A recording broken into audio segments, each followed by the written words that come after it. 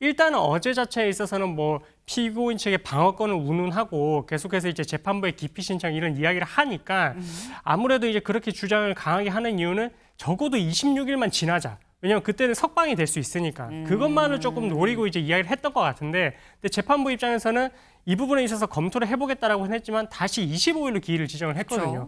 그렇다라고 할 것 같으면 재판부 입장에서도 뭐 물론 이제 그 심증이 정확히 다 드러날 수는 없겠지만 그래도 기일을 25일로 지정을 한 것을 보면 어느 정도 이 주장 자체가 납득이 되지 않는 부분이고, 그래서 그런 부분들에 대해서는 나중에 이제 어떤 이제 입장이기 때문에 우리가 이 결정을 했다라는 근거를 제시함과 동시에 이 구속 절차를 진행을 하겠다라는 부분들에 대한 어떻게 보면 암시를 해줬다라고 봐도 될 정도라고 생각해도 될 것 같거든요.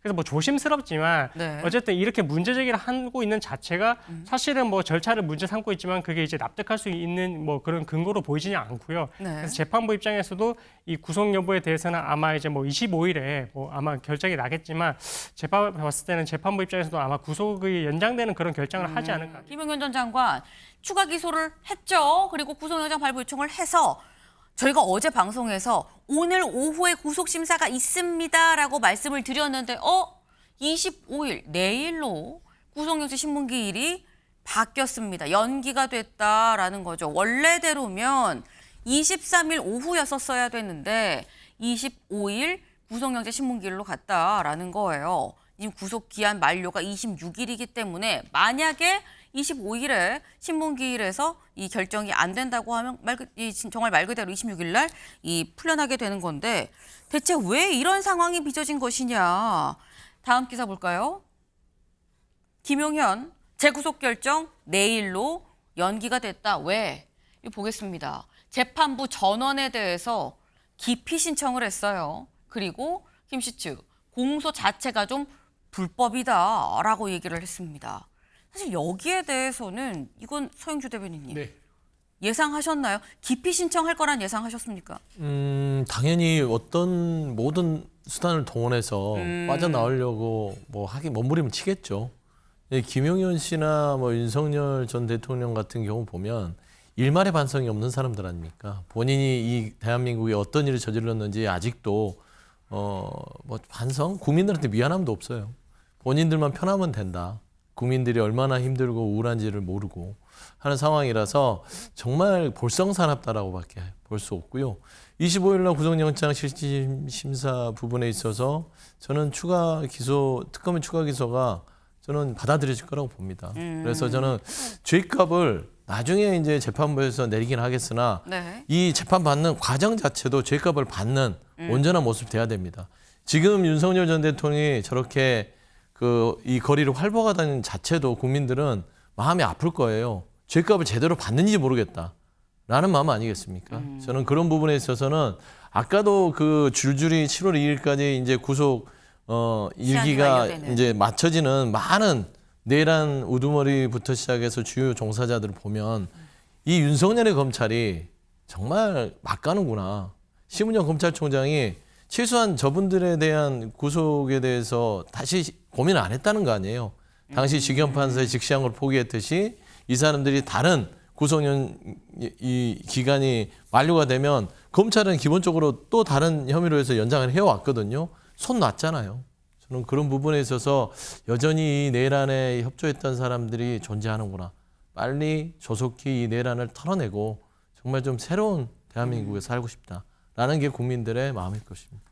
지금 말씀은 지금 이렇게 이 얘기를 하는 것 자체가 윤석열 전 대통령도 김용현 전 장관도 이게 반성하는 태도가 아니지 않느냐라고 비판적인 좀 말씀을 주셨어요. 근데 지금 말씀드린 게 김용현 전 장관 기피 신청을 냈습니다. 재판부 전원에 대해서 기피 신청을 했어요. 그러면서 한 얘기가 이거 기본적으로 추가 기소 자체가 이 공소 자체가 좀 불법입니다라고 얘기를 했다라는 거죠. 어제 법정 안에서 고성이 오갔다고 합니다. 어떤 얘기들이 오갔는지 같이 볼까요? 이렇게 얘기를 했다라는 거예요. 공소제기 이후에 특검보를 임명했기 때문에 이거 공소제기 자체가 불법이다. 수사 개시가 안 된 상태에서 제대로 준비가 안 된 상태에서 그냥 공소한 거 아니냐라고 얘기를 한 거고요. 이 공소 관여 자격 자체가 있는지 그 자체가 의문이다라고 얘기를 했습니다. 여기에 대해서 이 특검 쪽에서는 할 수 있죠, 당연히. 공소제기 왜 못합니까? 그리고 자격이 되는지 안 되는지 SNS 그 메신저 사진으로라도 내가 지금 당장 자격 확인해 드릴 수도 있습니다. 라고 얘기를 하니까 여기서 검사는 발언권이 없잖아요. 라고 얘기하면서 고성이 나왔다라는 거예요. 네. 더불어서 이런 상황이 되다 보니까 재판부에서 뭐라고 얘기했느냐.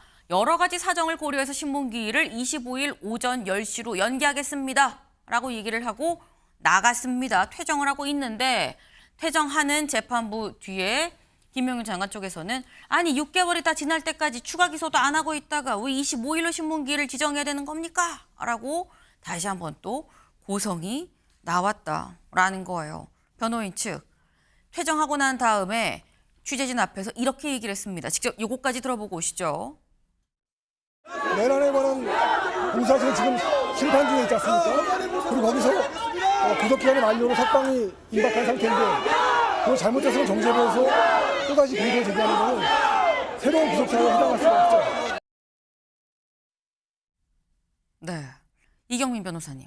지금 김용현 전 장관 쪽에서는 이건 추가 기소가 구속 사유가 될 수 없는 사안이다라고 지금 얘기를 하고 있거든요. 헌법에 이 특검 자체가 또 맞지가 않는다 하면서 원천적인 문제를 지금 제기를 하고 있습니다.